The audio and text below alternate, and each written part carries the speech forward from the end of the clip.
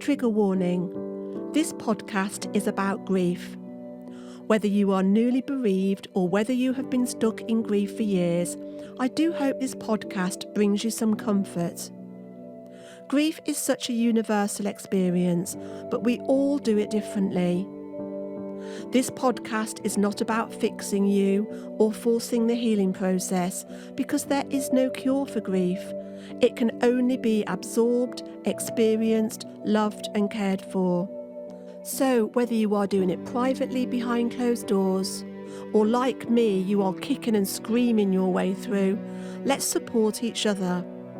This is a safe space where we can come together and share experiences.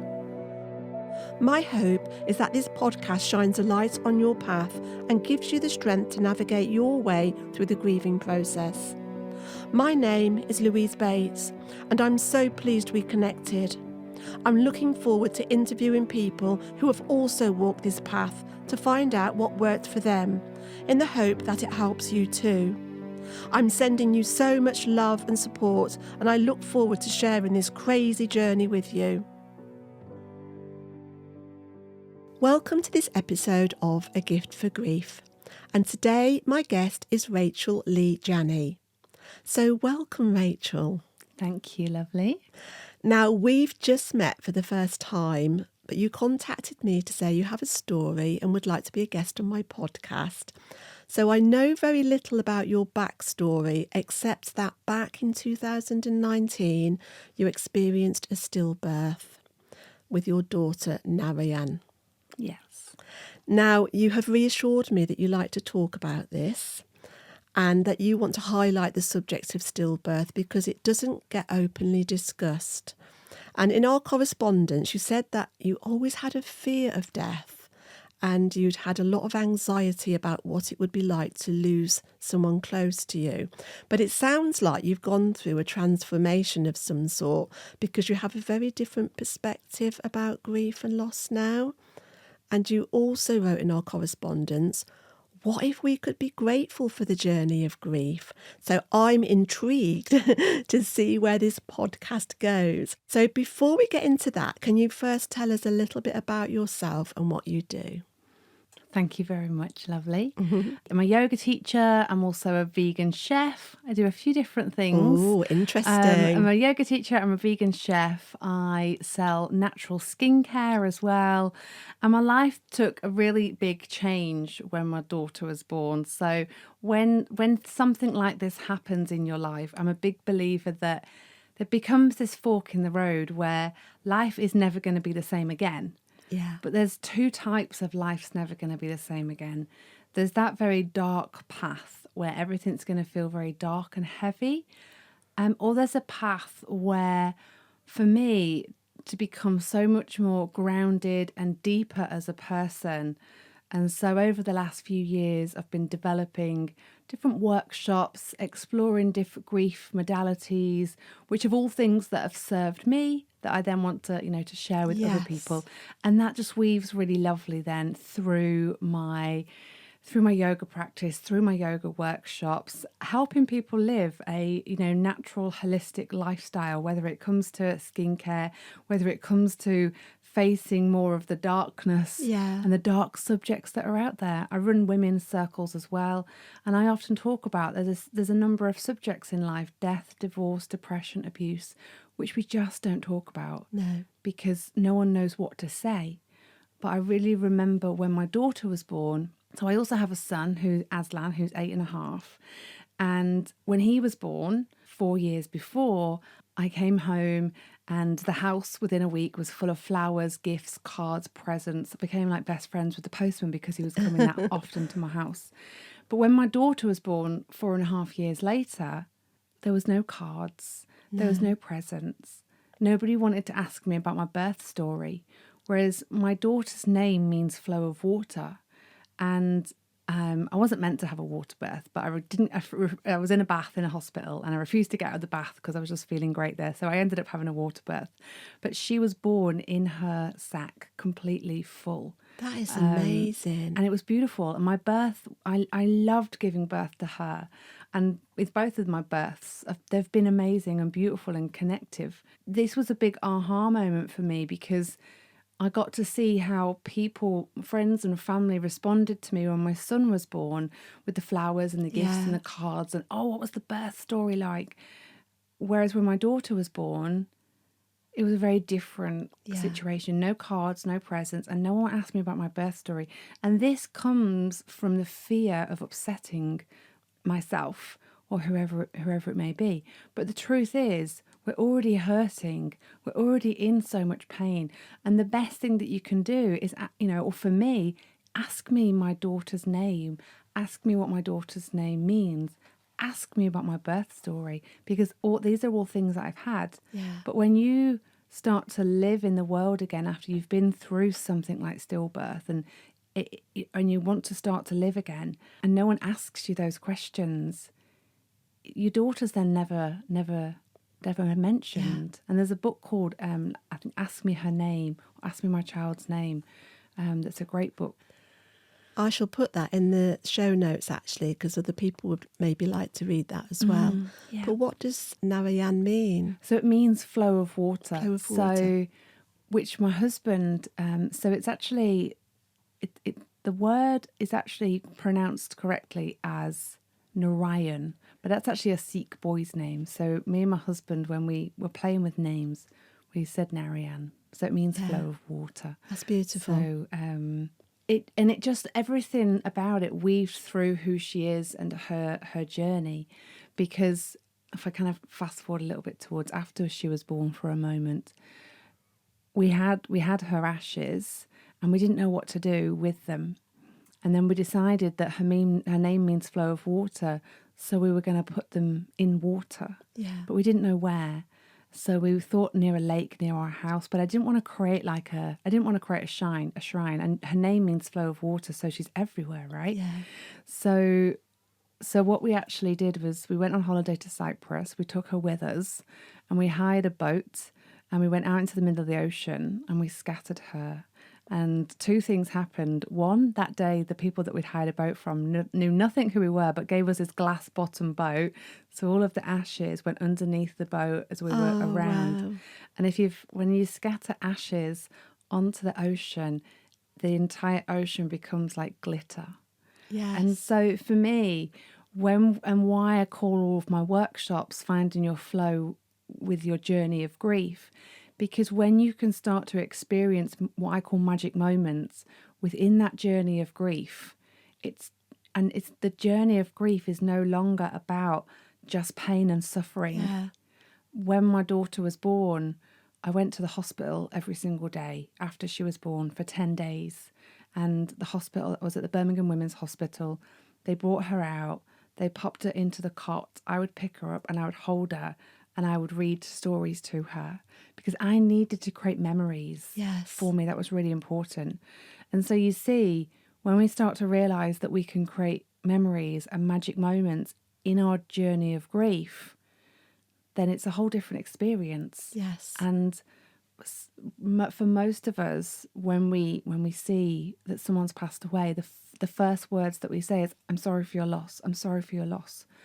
And I remember when I shared on Facebook after my daughter was born, weeks later, I was feeling quite in a connected space at the time, and I had like 100 messages on Facebook saying, "I'm sorry for your loss. I'm sorry for your loss. I'm sorry for your loss. I'm sorry for your loss." And I remember reading them all, and at the end of it, I felt lost. Yes. And so a lot of the time we're conditioned into saying, "I'm sorry for your loss," and I don't feel it always serves. It's really hard to know what to say, isn't it? Yeah. I used to think that saying, "I'm sorry for your loss, how are you feeling?" was the safest thing to say because you're acknowledging the loss, and then saying, "How are you feeling?" It gives that person an opportunity to speak if they want to. But I was saying this to a lady a couple of weeks ago, and she said, "Oh, I hate that phrase. My daughter's not lost; she's dead." So what one person thinks is a good thing, it doesn't land right for somebody else, and it is so hard to get it right, isn't it? Absolutely. And we will talk about this a bit later on in the Thank you. podcast because I think it's really important. Thank you. But Rachel, could you share the events that led up to your stillbirth experience? Yeah, so actually it started in terms of my pregnancy about a month before I was pregnant.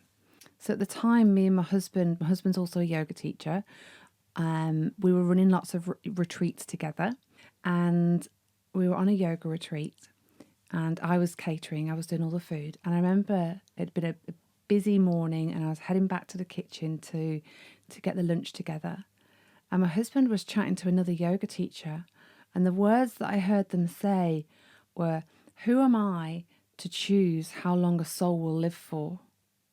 And these words hit me as I was walking back to the kitchen. And I remember getting back to the kitchen thinking, I need to get focused. I've got lunch to serve for 20 people in less than an hour, but I couldn't focus because these words around, How were they making you feel, these words? They just completely stopped me in my tracks because, as you mentioned earlier, that I'm always somebody who the fear of death, just the idea of death and what that would do to your life worried me so much. Yeah. And it just created so much anxiety in me to then hear, because again, conditioning tells us that you die when you're older, and they've had a good life. My granddad is 95, and I was chatting to my mum today, and I could feel that energy of, oh, with the 95, it's like it's okay then, and we have all this judgment around what's a good age or to live or not, and it doesn't change the journey of grief, really, does it? So those words, Yeah. the words you heard, really hit something inside. Yeah. So when I heard those words, it was like a ripple. It was like a vibration within me that I was like, what did somebody just say then? Yeah. Who am I to choose? Who are we to choose how long a soul will live for? What if some souls just need a very short time on earth to complete their journey? And I just went back to the kitchen and was like, whoa. Did that unnerve you in terms of your own pregnancy then? Well, I wasn't pregnant at this point. This was about a month before I was pregnant. This happened. But I just remembered it so powerfully. And then in that moment, I was like, okay, I need to get on with my work. I've got a job to do now. And I think I just went straight into that. And like I say, that was about a month before I got pregnant. And so that's where I kind of feel this journey started for me, because something shifted within me that I was to work with people around death and around grief. And so then a month later, we became pregnant. And I'd been pregnant before with my son. And the moment I was pregnant with my son, I shouted from the rooftops. I think we were about 3 weeks pregnant. I told everybody. I was not buying into the wait till 12 weeks to tell anybody. We'd actually got pregnant the weekend we got married. So we'd got back off honeymoon. And it was like such an exciting time. So with my son, we just talked about it everywhere. And then we got pregnant with our daughter. And I just had this feeling of being so internal with myself. And so for the next 6 to 7 months, unless you saw, I never told anybody I was pregnant.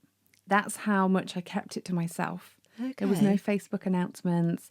No, if it wasn't a friend that I saw, I didn't tell anybody. I never messaged friends to say I was pregnant because it just felt so different. This was before any scans, before anything. I just knew that something was very different about this pregnancy.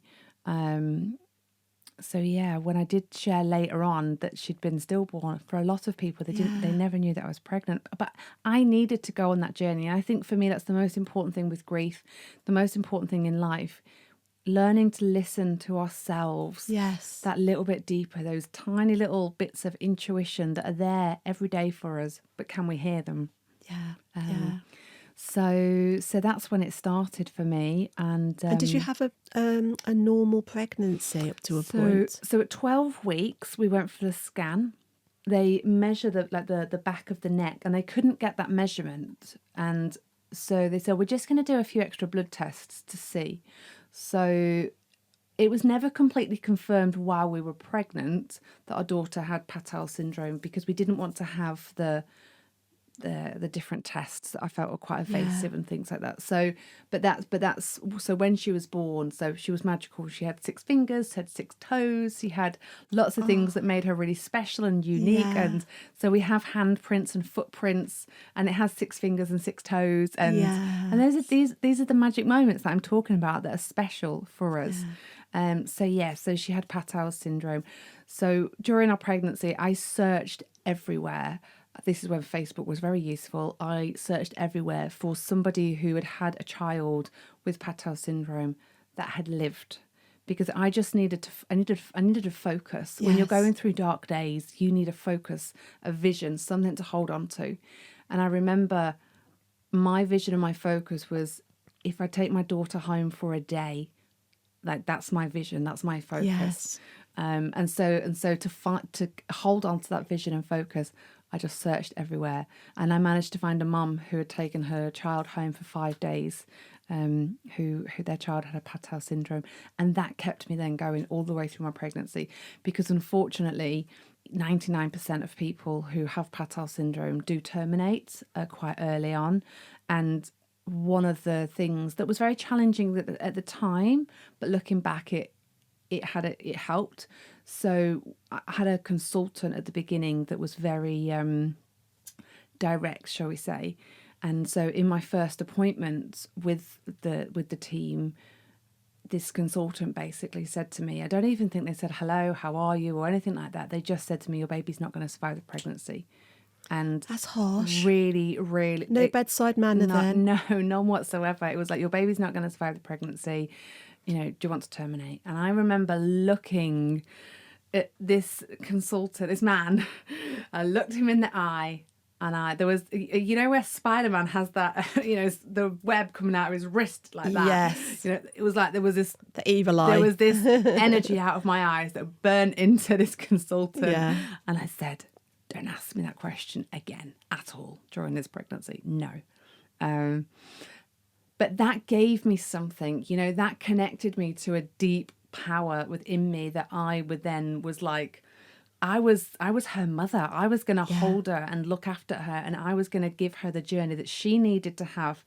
And I think that's what helps me so much now.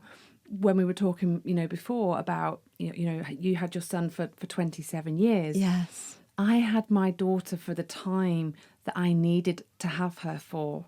That's how I see it. And what she taught me in that short space of time has transformed and has changed my life. Are there times when she'd be just over 4 now? Are there times when I go to the park and I see a little girl who would be the same age? Yes, of course there are. And I daydream thinking, I wonder what that would be like. Does my son ask me, will I ever have a brother or sister? Of course, all these things still come up. But there's something much deeper for me, that she taught me something, and you can't take that back. And so whenever I'm delivering workshops around grief, I always talk about this. I always ask everybody to put some, I call it a gratitude bank and gratitude credits. And at the end, I say to everybody in the workshop, are you grateful for this experience today? Are we grateful for this podcast today? Yes, we are. So therefore, I can ask you to put some credit into my gratitude bank and be grateful that my daughter chose this journey that she chose. She was a real gift. Absolutely. Absolutely. A beautiful, beautiful gift. Yeah. Who only needed to be here for a short space of time to make a very big difference in the world. Yes. And that's why that comment a month before I was pregnant hit me so much, I believe, because there's a much bigger, greater force. So I don't know about Patau syndrome. So for people listening, what is it? Most people probably know of Down syndrome. And so this is when with Down syndrome, every chromosome so we have 21 chromosomes, and with Down syndrome, one of the chromosomes, so you're meant to have 2 of every chromosome, and with Down syndrome you have 3 I think it's is it a 14, whereas with Patau syndrome, it's a different chromosome. Okay. So it's very similar to Down syndrome. That's probably the best way to describe it. So one of the chromosomes, rather than having two, a pair of each chromosome, one of the chromosomes has a third chromosome. And so that then shows up in the way that it shows up for Down syndrome, it shows up the same for Patau syndrome. Yeah. So for example, it's quite common to have 5 fingers and 5 toes. It's quite common to have a cleft lip into the nose. The brain has 2 hemispheres rather than 4 hemispheres. So you can see straight away the impact on the brain that something like Patau's has. It is, most children don't live very long if they have full Patau's. So how long did you carry her for? Just under 7 months. 7 months. Yeah. So you had to go through the full birthing process. Yeah. How do you cope with that, Rachel? Oh gosh, looking back now on that, I had a lot of support from a lot of people. My husband supported me a lot during that time. I think for me, when it came to giving birth, there was moments where she's inside of me, right? And there was moments where I was like, I cannot give birth. Like, I can't go through this. Like, I'm too exhausted. I'm emotionally. I'd been in hospital actually for about 5 days. I hadn't seen my son as well. I wanted to go and see my son. But they actually they don't give the option of a cesarean. You have to, because obviously with a cesarean, that puts your life at risk. So they won't give you the option of a cesarean. So that's never an option. So you have to go ahead and do it. And one of the things that kept me going through, when I gave birth to my son 4 years earlier, I loved giving birth. I loved it. I remember the moment where his head was out and his body was still in. As a woman, it was the most empowering moment of my life. I felt like, wow. I had no drugs, nothing with my son. And so there was something about his birth that was like, I felt like I didn't want to take away from that. So I think somehow the energy of him helped me through. Something happened. Yeah. And, I didn't have a choice. So I had to give birth. So I had a doula. I had the same doula that I'd had with my son. And the hospital were accommodating in terms of what do you need? I was like, I need to be in the bath. Well, you can't have a water birth. I was like, but I need to be in the bath. So I just lay in the bath and then I never got out of the bath. And then she was born. And I think it's probably, there is moments where it's a little bit of a blur. Yes. That's because of the pain, the suffering and the emotions that you're going through at that time. But I remember feeling really supported by a lot of people. And so, and that's why I've always had a doula whenever I've been pregnant. The first person I call before getting a midwife, I always book a doula, first of all, to someone I know that's really going to hold me. Yes. Yeah. Oh, well, I'm glad you had that support there. So were you introduced to a bereavement support officer or a bereavement midwife in the hospital? So whilst I was pregnant, the special unit in the hospital looked after me. And I guess they look after all different types of pregnancies that are maybe not so much the normal. And she was amazing. In terms of things like bereavement, we were offered a bereavement counsellor after she was born. And she just wasn't if I'm honest, she wasn't the right person for us. Because she came to see me. Remember how I said I was reading to my daughter every day for 10 days. And one of the days where I was reading, she came in at the beginning or at the end and sat on the arm of the chair. And she just kept saying to me, oh, it's so horrific, isn't it? It's so horrific. Oh, dear. It's so horrific. And I remember thinking, you're not the counsellor for me. It's not really the support you need, is it? That? And she was the only counsellor that in that hospital. Yeah. And so I just thought to myself, okay, I know I need some support and some help, but I don't think this lady is. So there is support out there, and I'm sure there are counsellors that have had that support. I think what the most important thing is when it comes to bereavement and counselling is finding the different ones. And there's lots of different little groups that have been set up by people who they've had a stillbirth, they've had a miscarriage. And so sometimes rather than the main counsellors at a hospital, I found more support in that group of 6 mums that meets in a cafe on the first Tuesday of every month. Yeah. And it's those little groups that just go and meet and chat that I've They've found been there, more. they've experienced it. It's Yeah. almost like finding your tribe, isn't it? Yeah, absolutely. And it's just normal to sit and talk about stillbirth because they've all been through that. And there's lots of little charities, especially all over the Midlands. Yeah. Well, if you can send me links to them, will I'll do. certainly add them into the show notes for Yes. others to Yeah. make connections. So I was reading on the NHS website about stillbirth, and in England and Wales, stillborn babies have to be formally registered within 42 days of birth. And in Scotland, it's 21 days. And in Northern Ireland, you don't have to register a stillbirth, but you can if you want to, as long as it's within a year of the birth. What was this process like for you?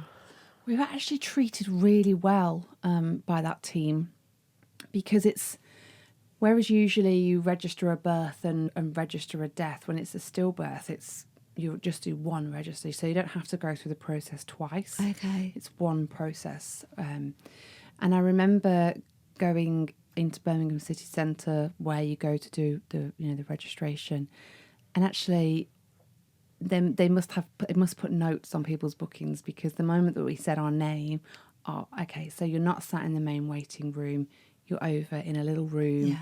You're not there with all the other mums that are there with their new babies to register. You're in your own little room, you're seen immediately, and then you leave. Yeah. So actually for us, that was a process that was just, I feel at that point in your grieving journey, I think you're very much in that numb space that comes with the first phase of grief. And you're just kind of going through the motions, but those motions start to move things a little bit as well, don't they? Yes, so it's like, oh yeah, I remember that. Yeah. Oh yeah, that room that I sat in. Yes, yeah. Now, I understand that when there's a sudden death, there's a procedure that needs following, and usually a post-mortem is required to identify the cause of death. But with a stillbirth, the post-mortem can't go ahead without your consent or written permission. Was this a decision you needed to make? No, I didn't need to have any post-mortem or any reason. When my daughter was born and we saw her 6 fingers and 6 toes, and I just thought to myself, what difference is a post-mortem? For me, it's not going to make any difference. No. I understand in other situations. My husband's father passed away 2 weeks ago, really suddenly. And so for those situations, actually, to know what and why and what happened, I think helps. But for my daughter in this situation, I didn't need any of that. It was more important for us to put our energy and our time into other things. Yes. Like going to the hospital every day. And that was one thing the hospital did so well. There was this little cot, and they dressed her and they put her into the cot every day and left her. And then I'd go in and read to her, and then they would go again. And that's where my husband was really supportive. And that's where I think I learned and have continued to learn how differently we can grieve. And particularly where you have 2 people like a husband and wife who grieve so differently. Yes. My husband grieves very quietly. He is very internal and needs to think a lot, but he likes to do for other people. Yeah. So he wanted to drive me to the hospital every day and wait for me and drive me back. To him, Narayan had already crossed over, so he didn't want to go and read to her, whereas I needed to create those memories. So you can just see how we both grieve so differently. And even the same with his dad passing over, he's very quiet, whereas I want to talk about everything. And so I think that's something that's really important in the journey of grief, is that we really honour that there is no right or wrong. Absolutely. That it is what it is. And then maybe 3 weeks or 3 months later, all of a sudden my husband's like, he's got something to say, and it's just one sentence. And that's his way of grieving. So Yeah, it's important to respect how each person does it differently, Mm. and to understand that similar with my husband, he was very quiet, where I wanted to talk about things. And it's just making space and understanding how you each respecting each other's ways of doing that. Yeah. So could you tell us a little bit about the funeral? Oh, I'd love to talk about the funeral. Okay. Absolutely. So if you think back to 4.5 years ago, so this was before all of the lockdown and everything, so it was quite normal back then for a funeral from someone, when someone passed over, to when the funeral was, it was quite normal for that process to be within 2 weeks. And I just knew I couldn't be rushed. So we actually took 6 weeks to organise our daughter's funeral. And I remember going to the funeral directors still feeling really lost, because I was like, what are we going to do here? And this lady who was looking after us made this kind of comment. She said, listen, you can have whatever you want. You don't even have to have anyone else to take the service. You can take the service yourself if you want. And I went, yes, that's it. I went, yes, we're taking the service. And so for her eulogy, I wrote this poem, this story that was about this little girl who played hide and seek, because when we went for a scan, they could never scan her. Oh, how sweet. But my son at the time was 4.5, and my son, and, where those children that play hide and seek, and then you start to look for them, and they jump out and they go, here I am. So I just wrote this little poem, this little story about this little girl who played hide and seek, and that was her eulogy. And me and my husband sat at the front on the steps. We had nobody else to take the service other than me and my husband. We played some songs that meant a lot to us, and my son was just sat on the steps next to us, and we had a small group of people with us, maybe maximum 10 people were there. And my son and my husband carried the coffin together as well. And it was as I said at the beginning, trying to create these little moments of magic moments that stay with you forever, so that life then doesn't have to become this dark, heavy thing that you're going to carry around for the rest of your life. Whereas I know that I believe that our souls are here forever. So souls, their life lives forever, so that they're always with us. And as I said, my daughter's name's means flow of water. And I know when she wants to tell me something, it rains. So I'm very sorry about all the rain recently. She's got a lot of messages for us. We know whose fault it is now then. And so when it came to the funeral, but if I'd have tried to plan and organise a funeral in 2 weeks, that I wouldn't have experienced that. No. And I remember someone saying to me about 4 or 5 weeks after, well, why are you taking so long to organise the funeral? And I was like, excuse me? Like, who said you this rule that we have to? And now you can just hear it. It's like, as soon as someone's like, okay, yeah, we'll phone the funeral directors. Yeah, we'll get the ball rolling. Whoa, hold on a second. Yeah. We haven't actually begun to process and feel and think. And so we're trying to write a eulogy based on like just rushing something when we haven't had a chance to feel into ourselves. And so, yeah, when that lady at the funeral director said to me, well, you can do whatever you want, it was the best thing, because it just let go of any, it must be this way.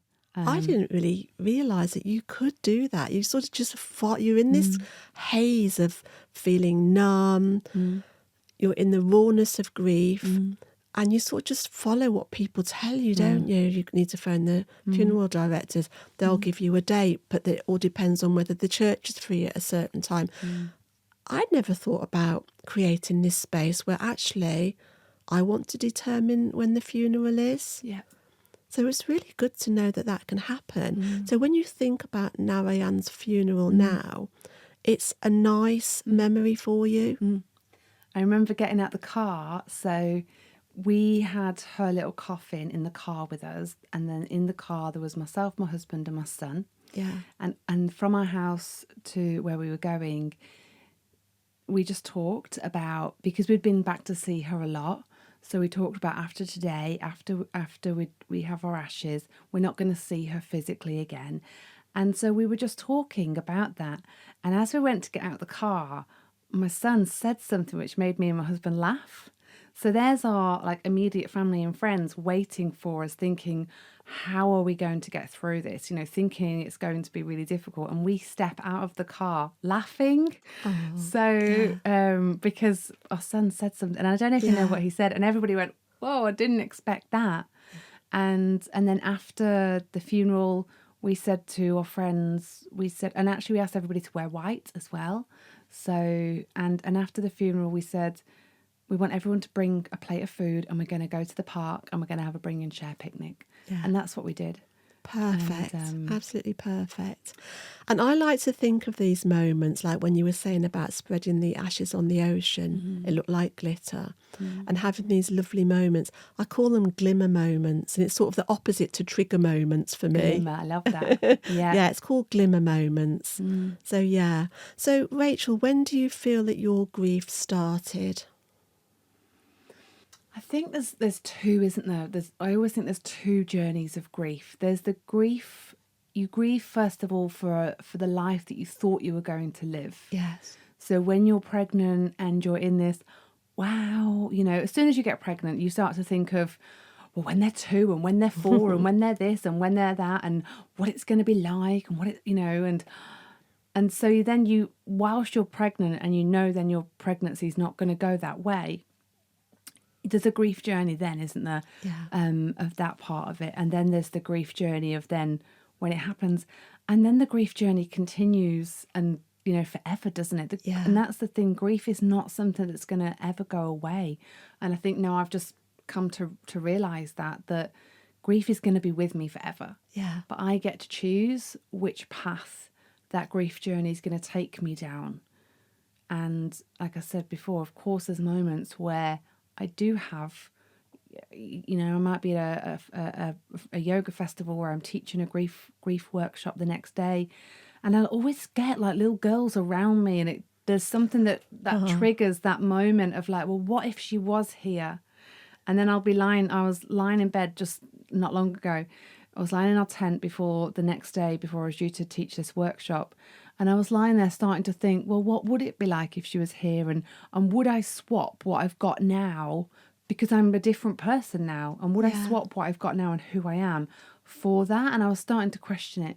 And as I did, there was just these light droplets of rain on the tent. And I was like, okay, I get it. That's answered your question. I get it. I'm not meant to question that. It's okay that I did. And I'm feeling into those thoughts and those feelings and those emotions.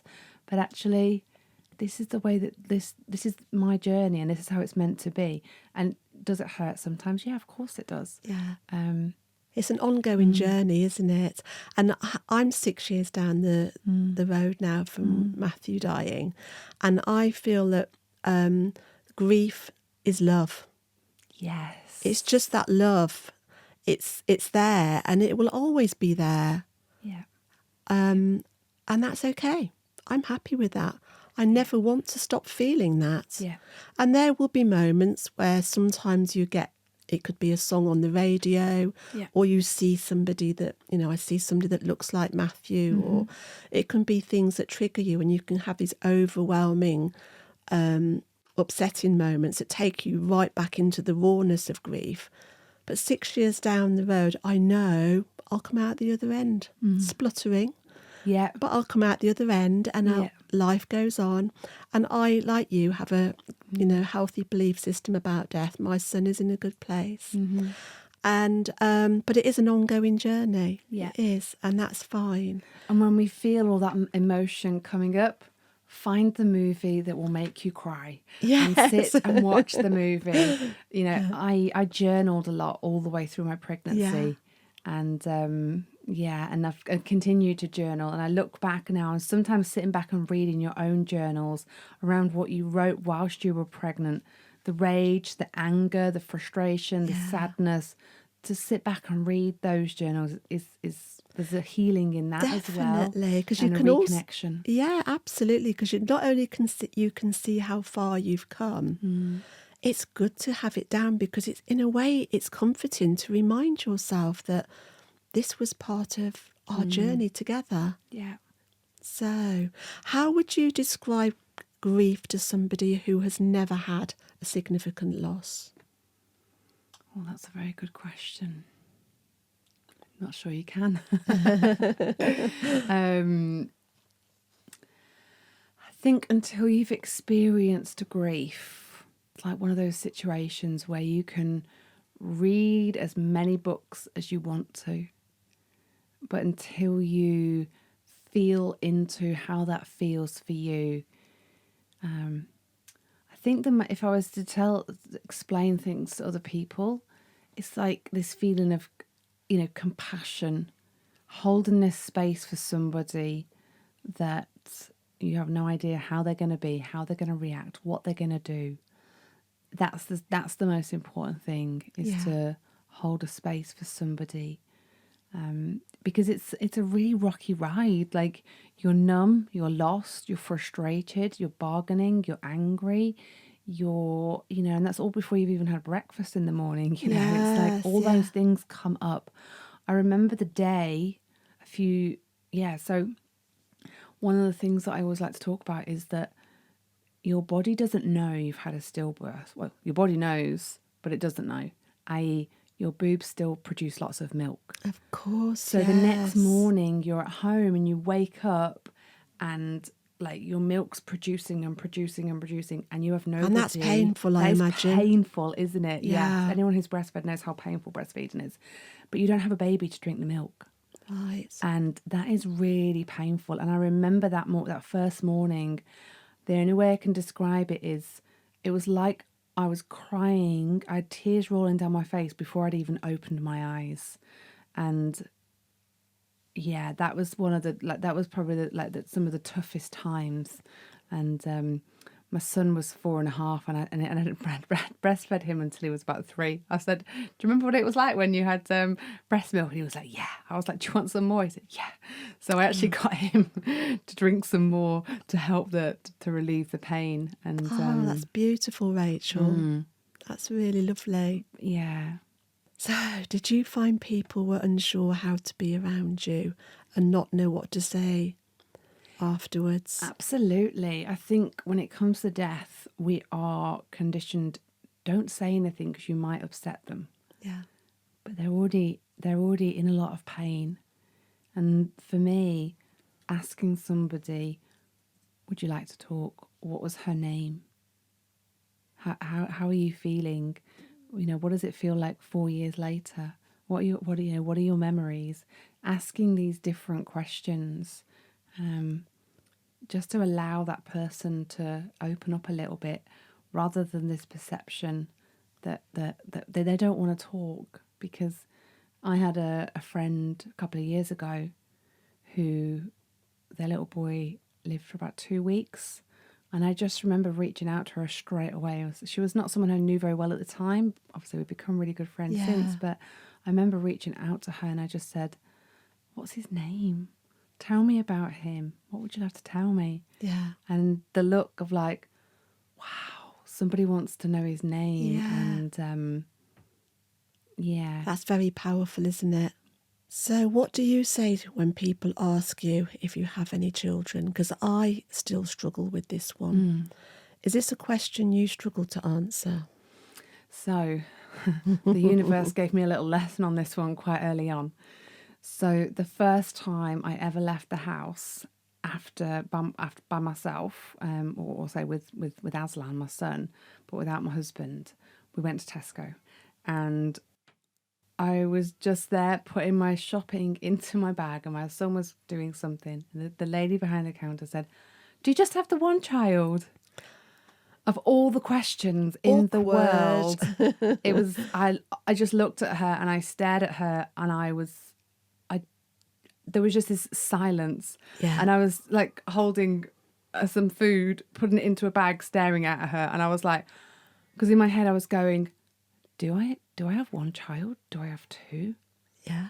And I think I just looked at her and I was like, I don't know. Put the shopping in my bag, and like walked off. Yeah. And I just remember thinking, oh my gosh, how many times am I going to get asked that question? Yes. And I think I actually have different answers for different people, is probably the best way to say it. Sometimes I just say, yep, I have one child, and I nod and I smile and we walk on, because I'm not in that place in Tesco where I want to start telling my life story.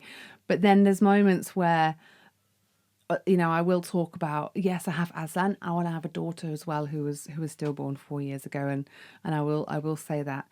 And you'll be surprised on what that opens up. We were at a play centre a few months ago, and I was just sat. My son was running around on a soft play area, and this lady just came and sat next to me. Her son was playing, and she said to me, "Oh, do you just have the one child?" I said, "Actually, I have my son, but I also have a daughter. But she's in heaven already. She was stillborn."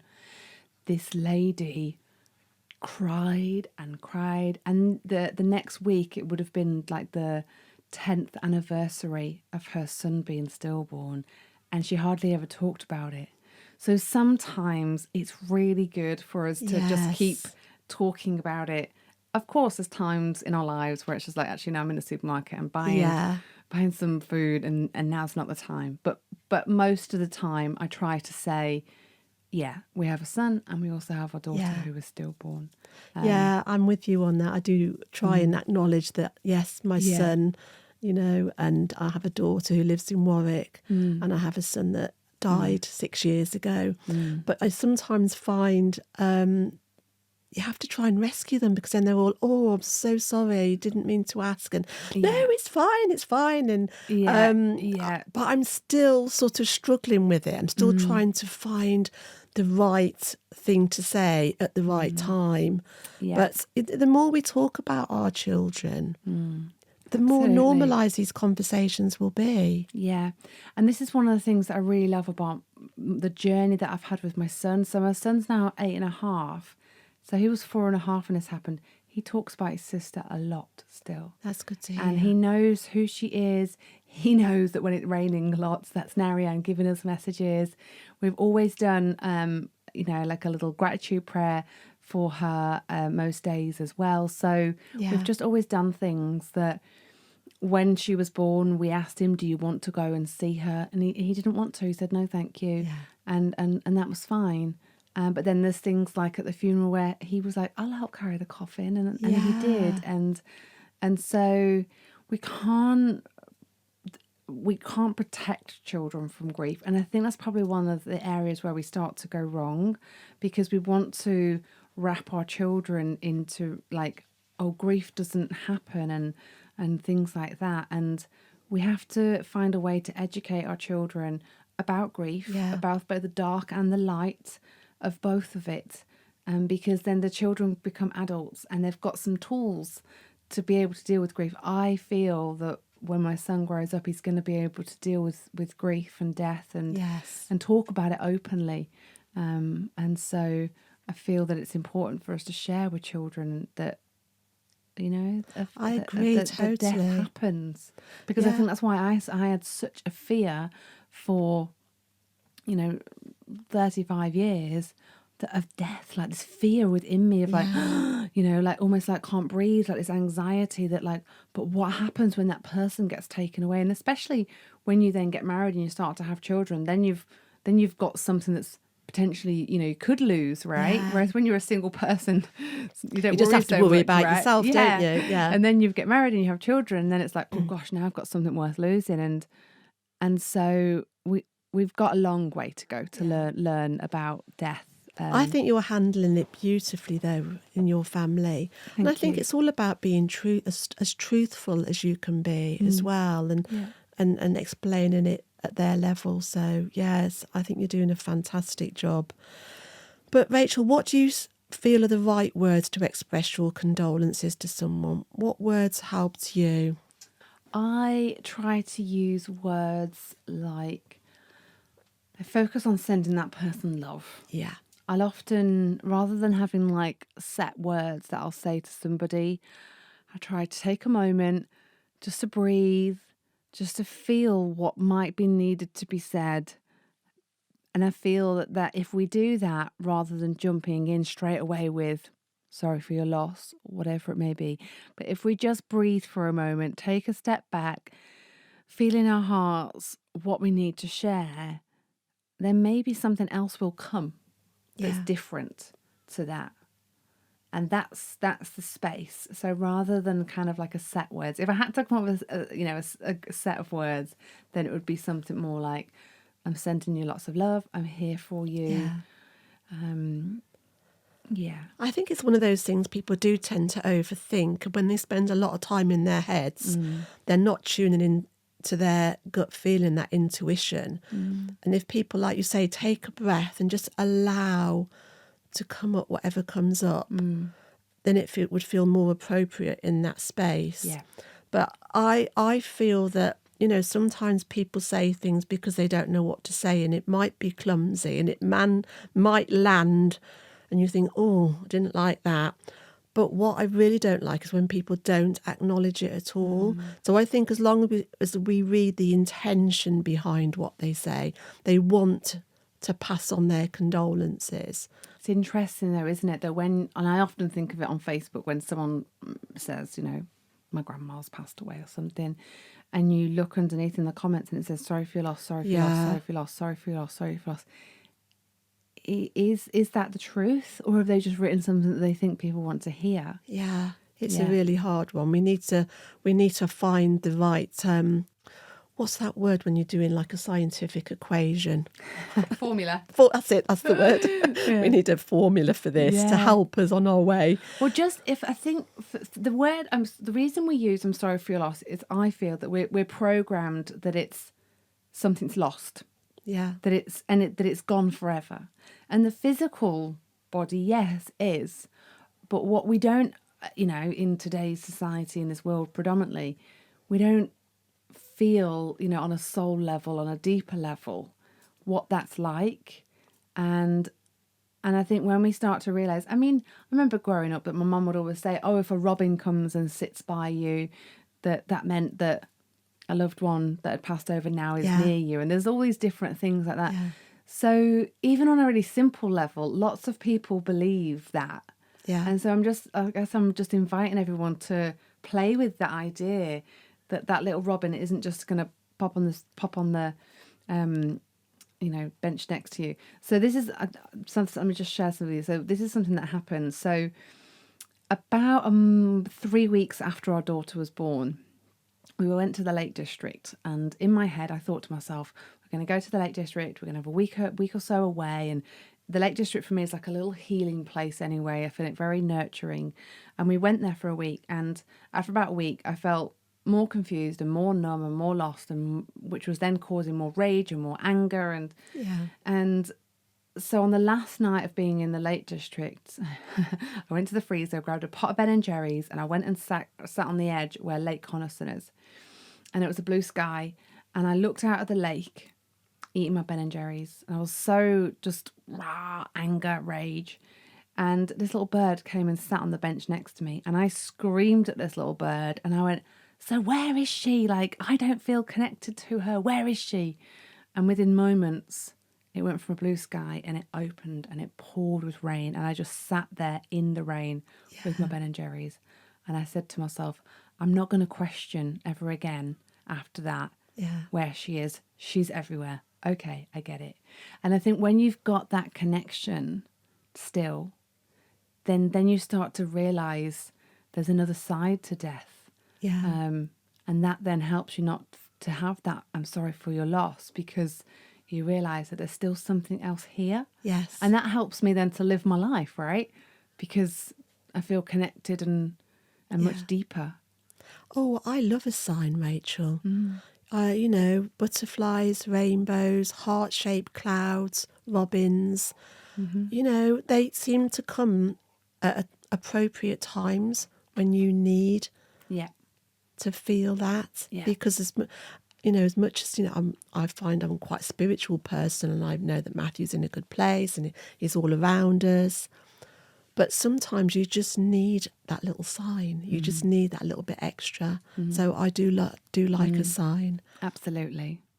So can you recommend any books, films, podcasts or groups or you know, to support people? Yeah. For me, I read a lot of Kubler-Ross's books around death and dying, grief and grieving. Yeah. I think anything by her there's lots of things there. One of the things from a spiritual point of view that really helped me was there's a yoga book called The Yoga of Death, Loss and Transformation. And that took me a lot deeper. And there's a lot of meditations that I did in that book. So that really helped. Okay. And yeah, there's a particular meditation that I did, which is called the Akal meditation. So Akal, Akal. And the word means undying. And I did this meditation for 11 minutes every day for about 31 days. And the idea is with this meditation is that you're sending the soul back to the light. Yeah. So it's like the soul's returning home. Yeah. And even though that meditation is focusing on that soul returning home, what it did for me was I processed a lot during that time. It's like saying goodbye. I like that. I really like that. I'll certainly put these in the show notes as well for people to check out. Yeah. So for people who have just lost a loved one, or perhaps for others who have been stuck in grief for years, do you have any words of wisdom you could share to maybe help them loosen their grief in some way? I think realizing the different phases of grief is the most important bit for me. Knowing that we start in that numb place, we're lost. Then when we start to question, we get angry, we rage, and every other type of emotion that's in there. And there's depression. And knowing that we're going to cycle through and around that, for me, I found that really freeing, knowing that, oh, okay, so I'm in this depression phase, not because it's bad, but actually the depression phase comes so that we have enough space around us so that we can learn to plant some new seeds and rebuild our lives. And that's for me that's what depression is. Depression is something where it's a time in your life where it's time to plant some new seeds in your garden. Yes. And to give yourself, not to rush out of depression, but to spend a slow amount of time watering those seeds, picking the flowers, whatever that might be, going for walks, reading books. And a lot of the time we're trying to rush out of those phases so quickly. And it's because we're rushing out of those phases that springboards us back into that phase. So honouring each of the phases of grief, for me, is what then helps you. And most people, the final phase of grief is actually, they call it the transformation. And the emotion that comes with that phase of grief is gratitude. Yeah. And a lot of the time when we talk about gratitude and grief in the same sentence, people are like, what? Yeah. How can you use that word? But most people will never get to that phase because of not honouring the other phases. Like today, we can be grateful for each other that we're here, that we're doing that we're doing this and we're making a difference in the world. Yeah. So the people listening to that, we can invite them to take a moment to be grateful that you are doing what you're doing, and you wouldn't be doing this without your son. Yeah. So it's like, for a moment now we're in gratitude for your son and for your grief journey. And that comes from really honouring each of the phases of grief. Absolutely. And I love an attitude of gratitude. So, it's about honouring each space and understanding that it's normal. Whatever you're feeling is perfectly normal. Yep. So where are you and your family in your grief journey now? I think we cycle around lots of different places. I'd say we spend quite a lot of time in that gratitude place because of things that I look like with our son, and I see his relationship with grief. I see the yoga, and how much of a deeper person I am through that. The workshops, the grief workshops that I lead, I see the impact that that's making. So we do spend quite a lot of time there, and I'm human as well. And so, of course, there's times where I still go back to feeling lost and numb, and I've got the tools to journal. And I have a whole load of tools for each section. Something that I've written is different meditations for each section of the grief journey as well. So where we need some more courage in our lives. So I've kind of mapped different meditations to different phases of grief. And once you've got those tools, Yes. You've just got them, you know then. So I'm not afraid of falling back into anger and rage. If anyone's in anger, go find a tree and scream everything you need to scream at that tree. I remember, so after our daughter was stillborn, I've had 2 more miscarriages since then. And I remember after the first miscarriage, that was it. I was like, it was like spirituality was my best friend, and I broke friends with my best friend. I was like, I'm done with you. Yeah. Because if God existed, if spirituality, if anything existed, then why would you let this happen? Yeah. And I was so angry, and I literally sat with, seeing like God or spirituality or whatever in front of me, and I just screamed at that person. Why would you do this to me? Yeah. So allow yourself, find a tree in the forest. Trees don't mind being screamed at, but if we don't scream at the trees, what happens is you try to suppress it and hold it down and hold it down and hold it down, and then one day your husband comes back from work and you go rah, and you let it all out at him, and that's not good. Yeah. Okay, so find a tree and scream at a tree. Because anger is an emotion that we feel. Yes. But it's what we do with it that's important, isn't it? Yeah. Definitely. And anger propels us. It moves us through that phase of the grief. But we have to release it and not suppress it. Yeah, absolutely. So what would you like people to learn from your experience? That there's two paths to take. Yeah. I think for many people, they see this fear of death and this fear of grief, that it's going to be this dark, heavy bag that they're going to carry around for the rest of their lives. And when they can connect to the love, the light, the magic moments, the special moments that are there in the journey of grief, we just have to open our eyes, open our heart, open our ears, and be really open to those moments. Just be open to them. Yeah. It's like innocence. When a child is just lost in their imagination, it's like just being really open to them. Yeah. And keep being open to them, because for some people it's like, well, I've been open for 2 weeks and I've not seen anything. Okay, well, what about just being open for a lifetime? Yes. And see what happens. Yeah. And not having any expectations, but just being open to that. Yeah, absolutely. Yeah. So do you feel that grief has given you any gifts? Obviously, your daughter was a magical gift. Yeah. For me, it's the person that I am now in terms of how confident I feel as a person. That came during that time. I definitely, as a person, doubted myself a lot more before then. I wouldn't have the conviction to do something like this, that, I'm a different person. Yeah. And so and that's a gift, right? And absolutely. And as I say, like the fact that my son is now 8.5 and can talk about death, and how many children are able to talk about death. And so there's a richness with death and with grief.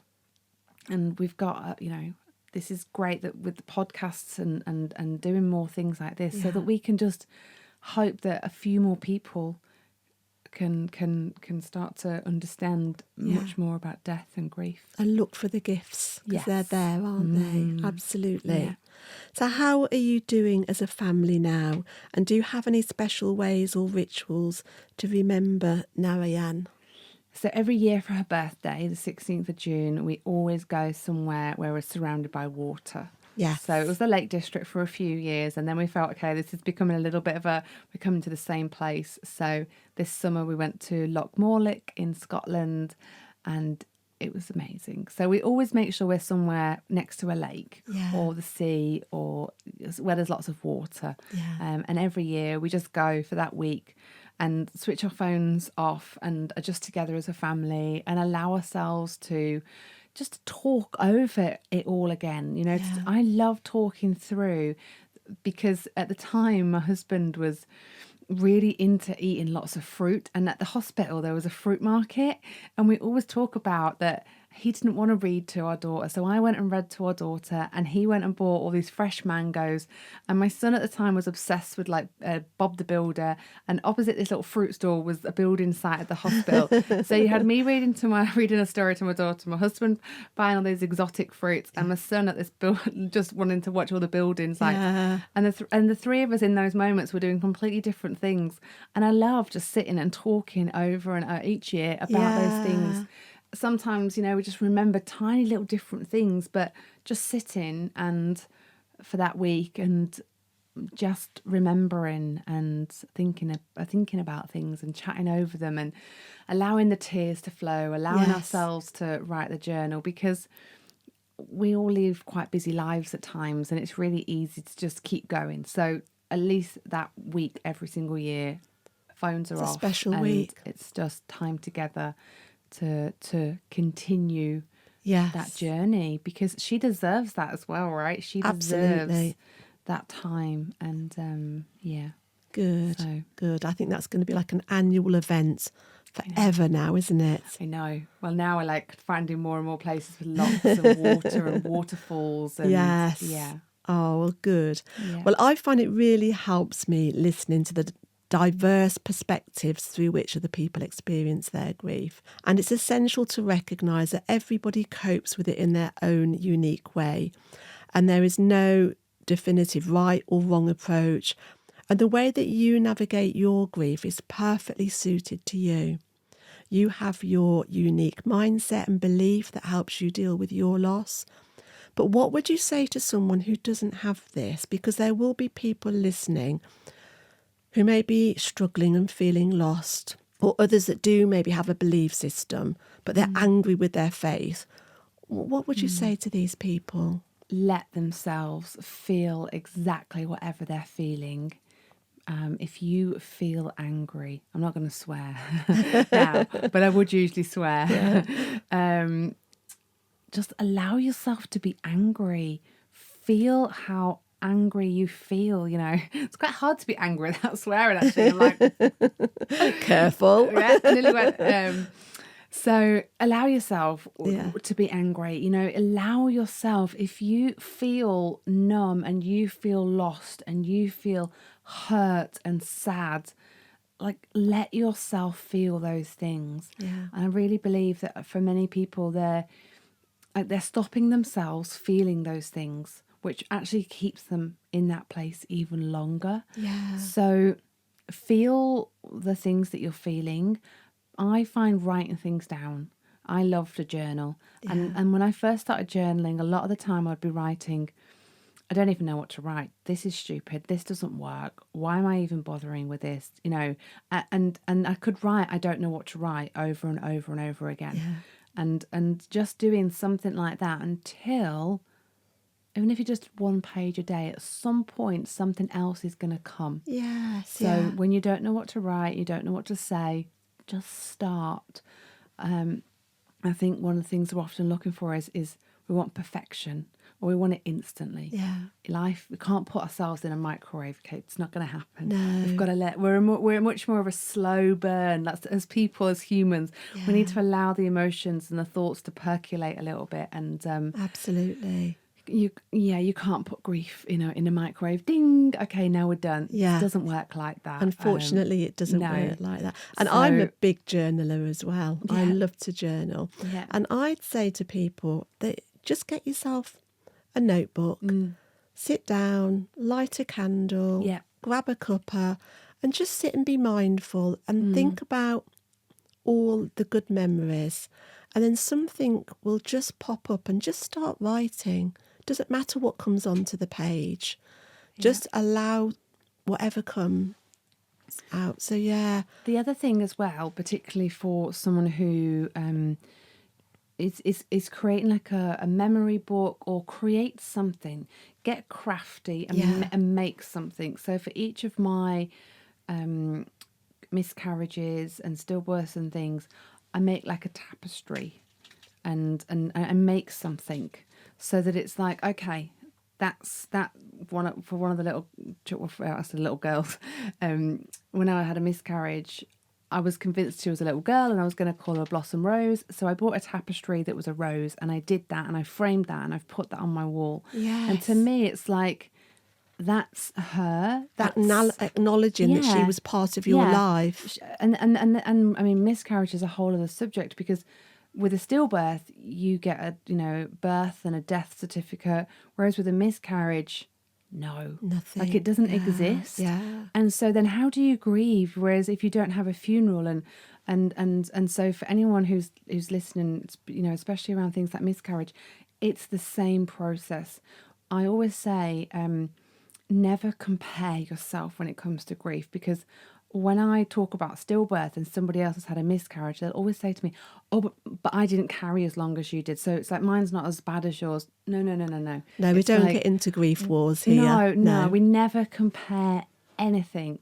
So you might be listening, and someone's experienced a miscarriage. It's exactly the same process.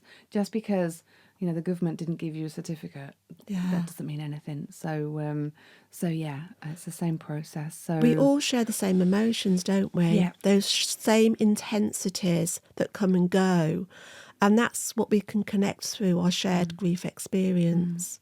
Yeah. So loss is loss. Absolutely. So Rachel, I'm really intrigued to know what your thoughts about the afterlife are. Yeah, afterlife. For me, I just believe that souls are infinite. Yeah. Souls. So it's like we're born, we have this journey, and if we don't complete everything we need to complete in this journey, then we're born again and we come back. Okay. So for me, souls are infinite. This physical body is going to come and it's going to go, but a soul is infinite. Yeah. So it's for me, it's that belief that I can. It's that belief that enables me to connect to Narayan anytime, anywhere. Yeah. And so that serves me. So for others, just have the idea of play with it. I always think about life being a bit of a playground.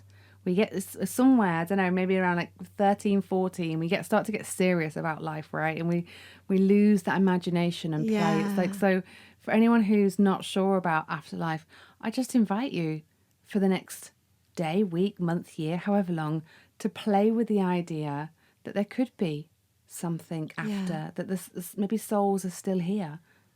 Yeah. I'm with you with that. I feel that life is like a school for our soul. And we come here to experience all of these different emotions. So do you talk about Narayan coming to you in the form of rain. So do you believe our loved ones can give us signs? Yeah, so when you talk about signs, I think the signs can come in little things, but I think the signs can also come in much bigger things as well.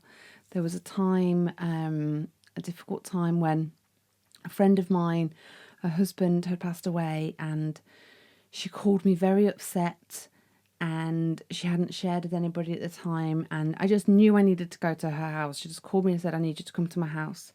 And she lived about an hour away from me, so I just got in my car and I drove there. And it was as I was driving there, the rain got heavier and heavier and heavier. And I remembered literally talking to the rain, going, "Okay, Narayan, I know you're trying to give me a sign now, but I don't know what it is." So, and it was like I was talking to the rain. And by the time I got to my friend's house, when I knocked on the door, I'm not going to say I knew exactly what had happened, but it was like I knew. Right. So I do believe that our loved ones are going to give us small signs every day. Yeah. In the rainbow, in the butterflies, in the, anywhere and everywhere. But I do think as well, it's like seeing those loved ones around still, and they're going to guide us and support us in our dark moments as well. Yeah. In the way that, my husband, when I get home from here, will say, "Oh, how did it go?" It's the same things. On the way home from here, I'll probably talk to Narayan. It'll probably rain again. Sometimes it can come in as a thought, can't it? Sometimes it can come in as a feeling, messages.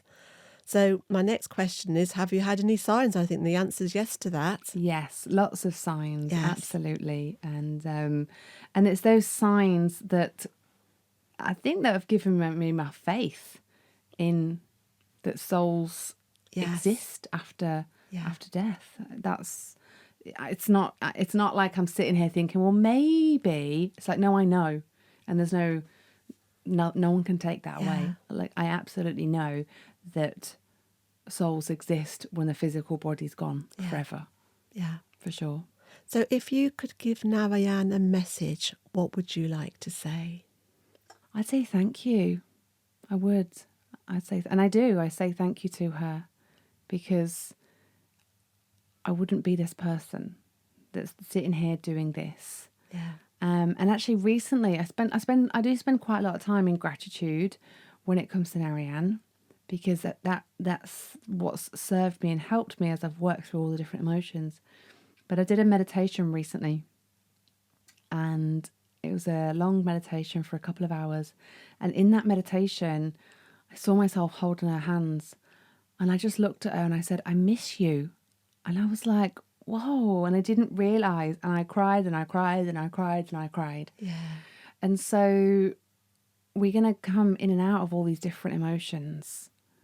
And I think it's just really allowing ourselves to not to deny ourselves any of these things. I didn't realize that I was feeling so much like I missed you. And then I went into this meditation and said to her, I miss you. And it was like, where did all of that come from? Yeah. And that is the thing with grief. So find, for everyone that's listening, find your place, your tribe that are going to support you and help you to keep remembering your loved one in the way that you would love to connect to them and remember them, because you've got this whole journey of your life ahead of you. And what do you want this journey to look like? A journey where you're carrying this heavy, dark sack, or this journey where you're connected to the rain, whatever it may be, connected to the sun. Yeah. And on that, I think that is a perfect message to end this podcast. So let's honour our loved ones by living our best lives and looking for those glimmer moments. Yeah. Thank you so much, Rachel. My pleasure. Thank you for having me. Thank you for listening to this episode of A Gift for Grief. Please feel free to share it with your friends and family, and let's encourage others to become more grief literate. If you're struggling with your grief or worried about your mental health, please do speak to your doctor. If you would like to join me on my social media groups, check out the show notes for all the links, and I look forward to connecting with you next time. The music on this podcast was written and recorded by Matthew Bates and can be found on his 2 albums, Fight Back and Kaleidoscope.